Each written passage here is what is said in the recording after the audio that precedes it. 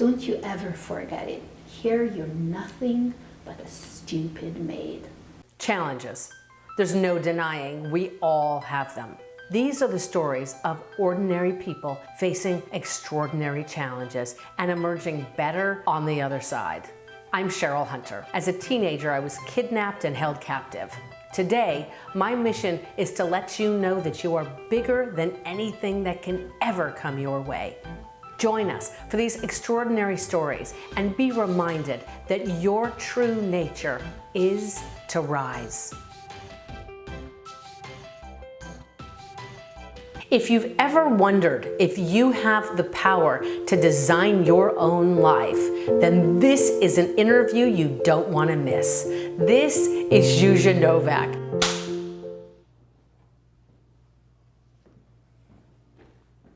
Zsuzsa, your 20th year was a big one for you.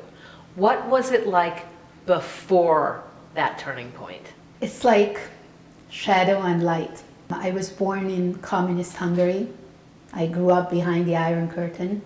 Everything was the same boxes. You moved from the teeny tiny box of your apartment. I happened to grow up in less than 500 square feet with my whole family.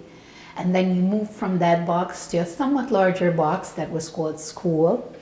And then from that box you would move to a university and you got a job, and if you worked really, really hard, then you could get a car, an East German car called the Trabant, which looked just like a box, and it was the same car that everybody had. It was a very uniform way of being where you had to really blend in with the bland, so to speak. Did it feel like that was home, even though it was home? Yes. You know, that's the part that gets me so much. 25 years went by and I still start to cry because honestly, it was the most magical, most brilliant childhood you can ever imagine. It clearly wasn't that childhood because we had to look a certain way, we had to be in a certain way, we had to say certain things. Big Brother was watching all the time, but it was an extremely loved, cared for, and inspiring childhood because my parents, against all odds, always told me that I could be anything I want to be. They always told me that, you know, you can do anything, you can change the world. And since I've heard that, since I was so little, I believed them. One day I went home from school, it was another gray, rainy day, and after I was done with my homework, I decided to listen to the radio. That was our source of entertainment. I was turning the knob and all of a sudden I've heard music like I've never heard before. And I just stopped in my tracks. I could hardly breathe. And then all of a sudden a man starts singing. And I knew, and I mean, knew only a way a 10-year-old can, that this man is singing to me. And I just find little pieces here and there, like happiness, no boundaries, imagine. And all of a sudden I realized, oh my God, this dream world that's full of color and self-expression, something I could only dream of in the safety of our little teeny tiny apartment, actually exists. And this man, whoever he is, lives there. I happened to dial into this illegal radio station called Voice of America, and they were playing Imagine because John Lennon got assassinated the day before. It was a forever unforgettable moment. The Iron Curtain came down in Berlin, as you know, and that was my chance for freedom. And I actually got my opportunity, my ticket to ride, as the Beatles would say, to come to the US to be a maid. Now, at one point, it looked as if you might not ever be anything but a maid. Tell me about that moment. I was walking along Sunset Boulevard in Los Angeles, and all of a sudden, in an instant, I'm just shocked because I see the most incredible sight. I've ever seen. And it looked like paradise, like a vacation spot. So there came a lady, and I asked her with my little broken English, said, "Excuse me, what is this place?" She looked at me and she said, "Well, that's UCLA." And then I looked at her and I said, "And what is UCLA?" And she said, "Well, that's a university." And in that moment, my jaw just dropped, because in my world back, in communist Hungary, a university was a tiny box, with the gray teeny windows, and this again looked like paradise. So in that moment, I knew that's my answer. That's what I'm going to do. Somehow, some way, I'm going to find a way and come to UCLA, and I will study here. The matriarch of the family was who wasn't exactly a warm and fuzzy, but still I figured, I'm so excited, I have to share this with her. I said, I find a way, I figured it out, I'm gonna go to UCLA, I'm going to study, I'm gonna get a degree. And she looks at me and she says, UCLA? That's one of the best universities in the country. Don't you ever forget it. Here you're nothing but a stupid maid. And in that moment, something just broke within me. I felt my heart shatter.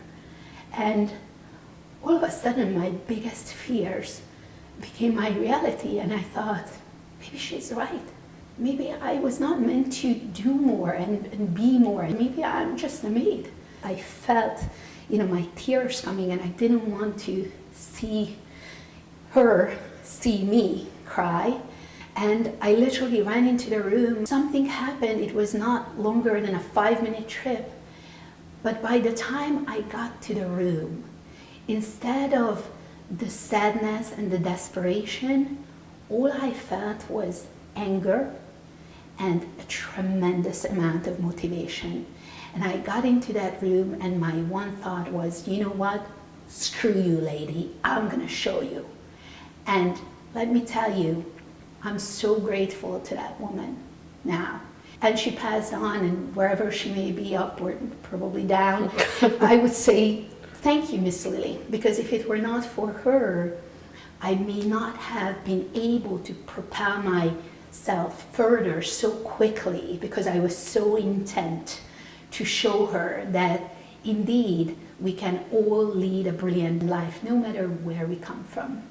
Zsuzsa, you've created quite a parallel between the life that you had originally as a child and the difference you're making now in the way you're paying it forward. What do you help people do? I help entrepreneurs and experts fully express their unique brilliance so they can stand out in a saturated marketplace and really create global impact. Nowadays, the difficulty is to stand out, to be different, to be unique. Yeah, it's kind of ironic, isn't it, that here I am coming from the darkness of a totalitarian regime, and now I'm an expert at full self-expression, something that I wasn't sure if I would ever experience in my life. There are many people right now who, like you once were, are suffering, thinking that they have a dream that they want, but they can't fulfill it. And perhaps, like in your case, there are people around them who tell them that they can't. They can't do it. They can't have what they want. What would you say to those people? I would say actually use what you have. Use it and rise from it, right? It's sometimes easier once you hit rock bottom to find a way to bounce off of that and use it as a springboard. Tap into your emotions instead of trying to ignore it or surpass it. Use your emotions to give you motion and create a vision and a dream that will pull you forward. What final words would you like to say to people? What would you like to leave them with? I would say clearly anything is possible. And oftentimes it is our wounds that reveal the light.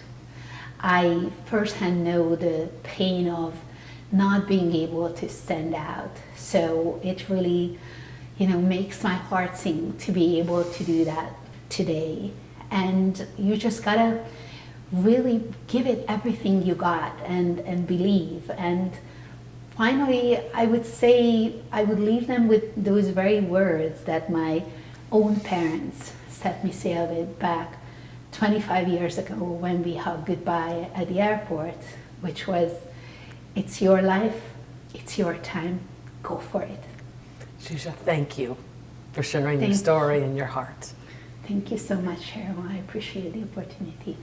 Zsuzsa tells us that no matter what has been predestined for you, no matter what other people want for you or think is possible for you in your life, you always have the final say.